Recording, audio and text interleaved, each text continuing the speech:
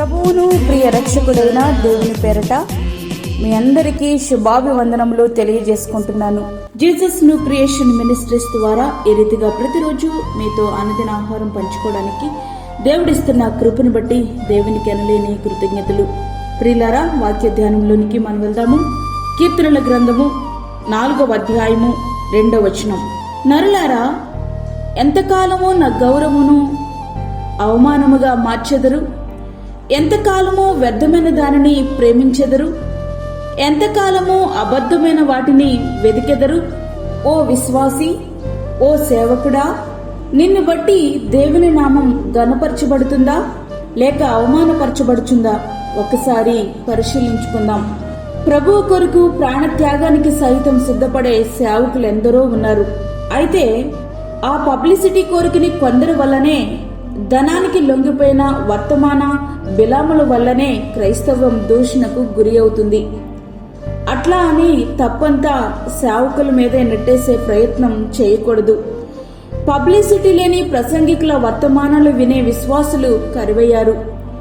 ఎంత ఎక్కువ డబ్బు తీసుకుంటే ఆ సేవకుడు అంత గొప్పవాడు అన్నట్లు, ఎంతమంది సభలకు వస్తే అంత గ్రాండ్ సక్సెస్ అన్నట్లు ఎవరి భుజాలు వారే తట్టుకుంటున్నారు నేటి విశ్వాసులు. ఒక రాత్రి లండన్ మహానగరంలో వాతావరణం బాగా లేనందున ఒక మిషనరీ సొసైటీ సభను రద్దు చేస్తే బాగుంటుందని ఇద్దరు క్రైస్తవులు మాట్లాడుకుంటున్నారు. ఈ మీటింగ్ వల్ల ఏమైనా లాభం ఉంటుందా? ఒక వ్యక్తి అడిగాడు. దానికి జవాబుగా రెండో వ్యక్తి ఉండకపోవచ్చు, కానీ నా బాధ్యత నుండి వెనక్కి తగ్గడం నాకు ఇష్టం లేదు. అంతేకాదు, మీటింగ్ ఉందని ప్రకటించాం కాబట్టి ఎవరైనా వచ్చే అవకాశం ఉంది అన్నాడు. మిషనరీ మీటింగ్ అంటే సువార్త అందని చోటకు వెళ్లి మిషనరీల సేవ ఫలితాలను తెలియచేయడం మరియు ఆ ప్రాంతాలలో మిషనరీల అవసరతను గురించి తెలియచేసి మిషనరీలుగా వెళ్లేందుకు ప్రోత్సహించడం అనేది ముఖ్య ఉద్దేశం. పైన ఉరుముల శబ్దం వినిపిస్తూ ఉండగా, కుండపోతగా వర్షం కురుస్తూ ఉండగా వారు ఆ మీటింగును ప్రారంభించారు. ఆ మీటింగ్ కు ఒక్క వ్యక్తి మాత్రమే వచ్చాడు. రోడ్డు పైన నడుచు వెళ్తూ కాంతివంతమైన లైట్లు వెలుగుతున్న చర్చిలో తలదాచుకునేందుకు మరొక అతను లోపలికి రావడంతో వారి సంఖ్య రెట్టింపైంది. అంటే ఇద్దరే మీటింగులో ఉన్నారు. తడిచి ముద్దైపోయిన అతను వర్షం నీరు విదిలించుకుంటూ కూర్చుండబోతున్న సమయంలో అమెరికాలోని రెడ్ ఇండియన్ల మధ్య పరిచర్య చేసేందుకు సువార్థికులు కావాలన్న అవసరతను గురించి శక్తివంతమైన విన్నపం చేస్తున్న ఆ ప్రసంగిని మాటలు అతని చెవికి చేరాయి. మీటింగ్ అనంతరం ఆ మీటింగ్ నడిపించిన వ్యక్తి ఆ ప్రసంగికునితో ఈ రోజు సమయమంతా వ్యర్థమే అంటూ తన నిరాశను వ్యక్తం చేశాడు. కానీ అతని అంచనా పొరపాటైపోయింది. దారిన పోతూ లోపలికి వచ్చిన వ్యక్తి దేవుని పిలుపుని విని తన జీవితాన్ని దేవునికి సమర్పించుకున్నాడు.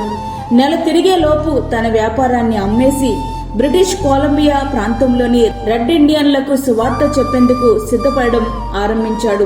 35 సంవత్సరాలు రెడ్ ఇండియన్ల మధ్య అతడు అద్భుతమైన పరిచర్య చేశాడు. ప్రియ సేవకుడా, ధనానికి అమ్ముడుపోయి విలాసాలకు అలవాటు పడి ఆధ్యాత్మిక దారిద్ర్యంలో కొట్టిమిట్టాడుతున్నావా? ఇస్కరియోతు యూదా ఒక్కసారే ప్రభువును అమ్మాడు.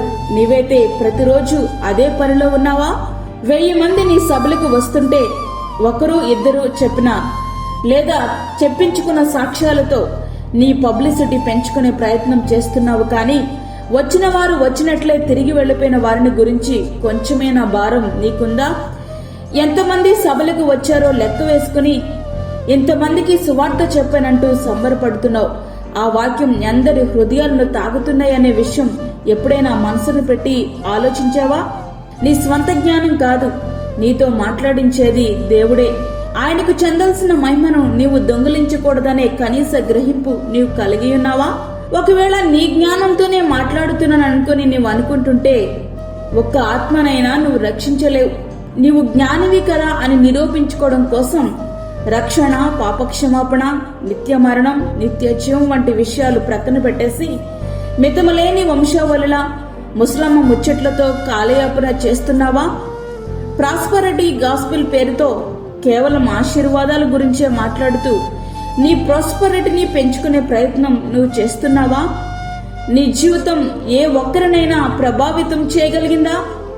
నశించిపోతున్న ఆత్మల పట్ల భారం గాని, కనీస బాధ్యత గాని నీకుందా? ఒక్కసారి ఆలోచించుకో.